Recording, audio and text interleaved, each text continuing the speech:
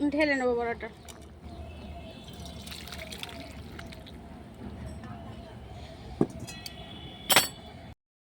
আসসালামু আলাইকুম বন্ধুরা, কেমন আছেন? আশা করি ভালো আছেন। পিঙ্কি কিচেনে সবাইকে স্বাগত। আজকে বানাবো দারুণ স্বাদের একটা পটলের রেসিপি। চলুন আমি রান্নাঘরে যাই, আমি কিভাবে বানাচ্ছি পটলের রেসিপিটা দেখবেন। পটল তো সব বাচ্চারা এখন খেতে চায় না, এইভাবে বানিয়ে দেবেন, অবশ্যই খাবে। আমি যেভাবে আজকে বানাবো সেভাবে বানিয়ে দেবেন। আমার লঙ্কা লাগবে, তার জন্য 2টি লঙ্কা তুলে নেবো। এই রেসিপিটাতে কটা লঙ্কা লাগবে দেখেন। এই লঙ্কা গাছটা লঙ্কা হয়েছে, এই যে লঙ্কাগুলো আমি তুলে উঠিয়ে নেব।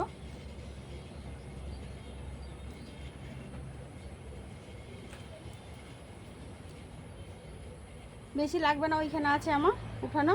আমি রান্নাঘরে চলে যাই। চলো রান্নাঘরে যাই।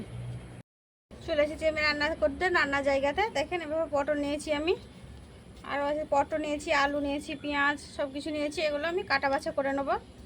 এই যে টাটকা পটল নিয়েছি একেবারে। পটলগুলো আমি কেটে নেব, গেটারের সাহায্যে গেট করে নেবো। একটা গেটার নিয়েছি, এই গেটারের সাহায্যে গেট করে নেবো।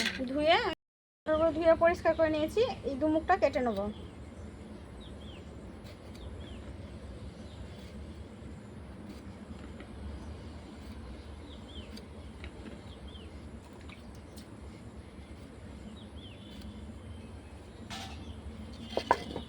আর একটা গ্রেটার নিয়েছি আর থালা নিয়েছি, এটা আমি গ্রেট করে নেবো।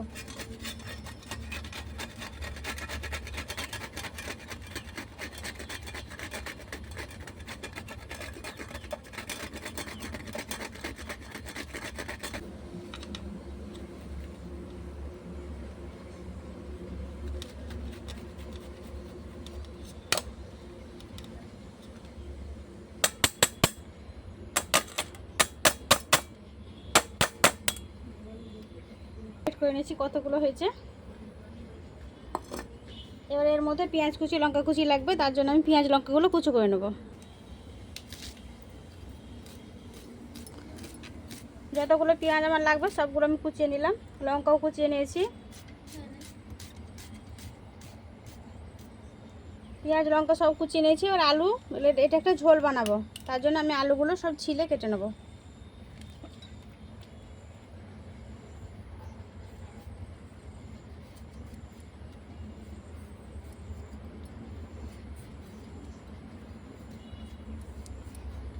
সমস্ত যা লাগবে আমি সবগুলো কাটাবোনা করে নেবো এক্ষুনি, যেহেতু উনুনটা জেলে দিলে আরও নেবো।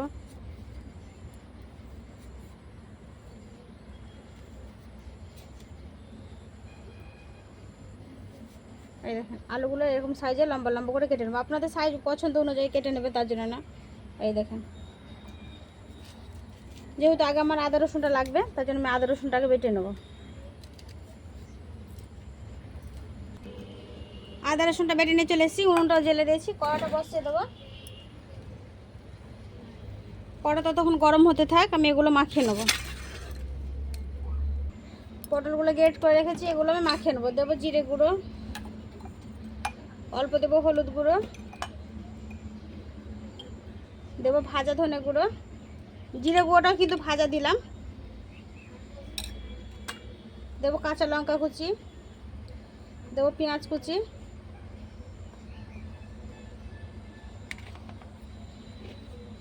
দেবো পরিমাণ মতো নুন, অল্প দেবো আদা রসুন বাটা। আপনারা চাইলে নিরামিষও করতে পারেন। দিয়ে বেসন দিয়ে দেবো।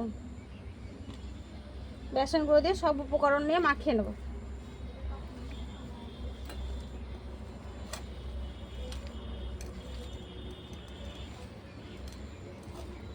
একবারে বেসনটা দেবো না, অল্প অল্প করে দেবো, যতটা লাগবে।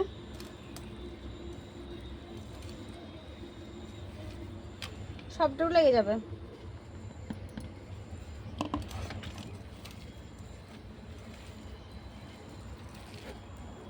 কেউ যদি ইউটিউব থেকে দেখে থাকেন অবশ্যই সাবস্ক্রাইব করবে। ফেসবুক থেকে দেখে থাকলে পেজটাকে ফলো করে একটা লাইক দিয়ে সাথে থাকবেন। যারা পটল খায় না, এইভাবে পটল রান্না করে দিলে এইভাবে বাচ্চারাকে দেবে, বাচ্চারাও খেতে পারবে, বাচ্চারাও খাবে। আপনাদের ঝালটা আপনাদের পরিমাণ অনুযায়ী দেবেন।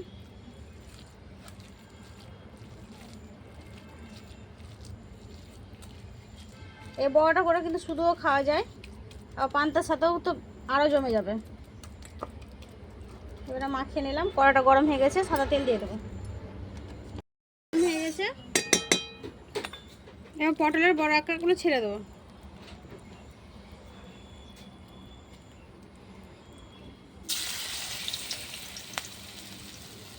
আপনারা আপনাদের পছন্দ অনুযায়ী শেপ দিতে পারেন।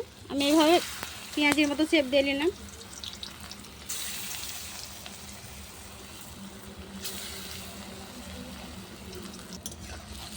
এক পিঠা হয়ে গেছে, এক পিঠা উল্টে নেব।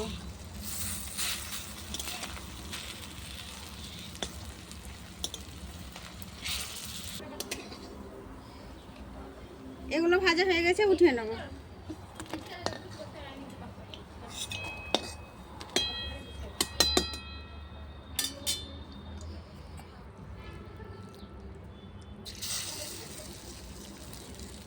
আবারও বাকিগুলো ছেড়ে দেবো।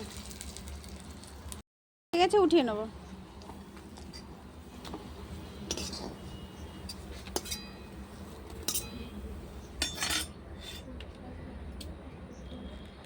ওই তেলে আলুগুলো ভেজে নেব।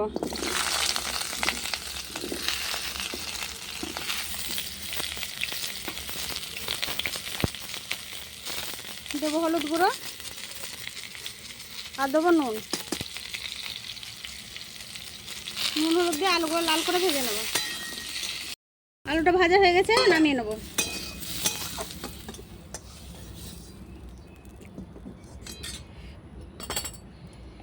ও কড়ার মধ্যে দেবো সর্ষের তেল। আপনারা সাদা তেলেও রান্নাটা করতে পারেন, আমি সর্ষের তেল দিলাম। তেলটা গরম হয়ে গেছে, দেবো পেঁয়াজ কুচি। আপনারা চাইলে গরম মশলা ফোড়ন দিতে পারেন।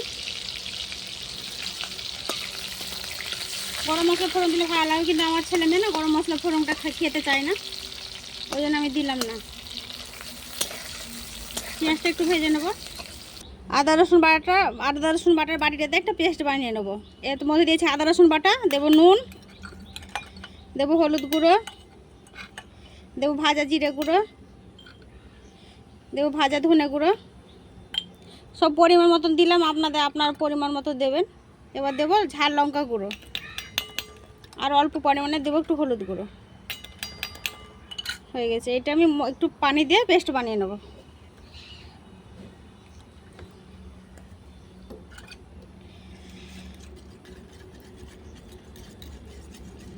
পেঁয়াজটা ভাজা হয়ে গেছে, দেবো টমেটো কুচি।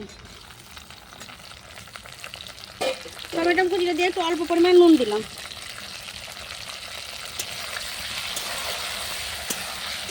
নুনটা দিয়ে যে মশলার পেস্টটা বানালাম, মশলার পেস্টটা দিয়ে দিলাম। মশলার পেস্টটা দিয়ে ভালো করে নেড়ে কষিয়ে নেবো। এটা ঢাকা দিয়ে ভালো করে মশলাটা কষিয়ে নেবো, টমেটোটা সেদ্ধ হয়ে যাবে। নিয়েছি, দেখেন তেল ছেড়ে গেছে। এবার আমি ভাজা আলুগুলো দিয়ে দেবো এর মধ্যে। ভাজা আলুগুলো দিয়ে ভালো করে কষিয়ে নেবো। ভালো করে কষিয়ে নিয়েছি, তেল ছেড়ে গেছে। এবার আমি পানিটা দিয়ে দেবো সেদ্ধ হওয়ার জন্য আলুটা।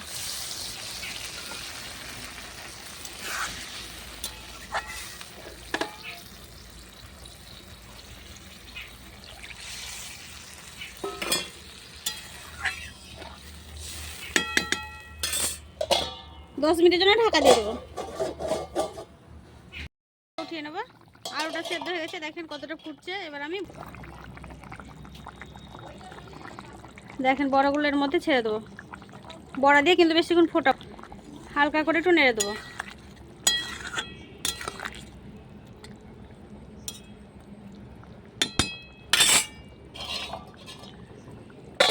দু মিনিটের জন্য ঢাকাটা দিয়ে দিলাম। 2 মিনিট হয়ে গেছে, ঢাকাটা উঠিয়ে নেবো।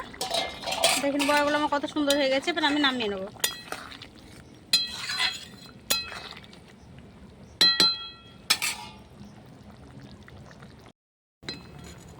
ঢেলে নেবো বড়াটা।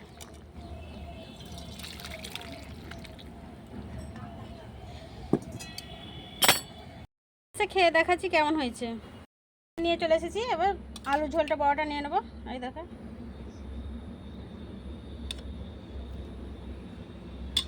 এবার আমি খেয়ে দেখাবো কেমন হয়েছে।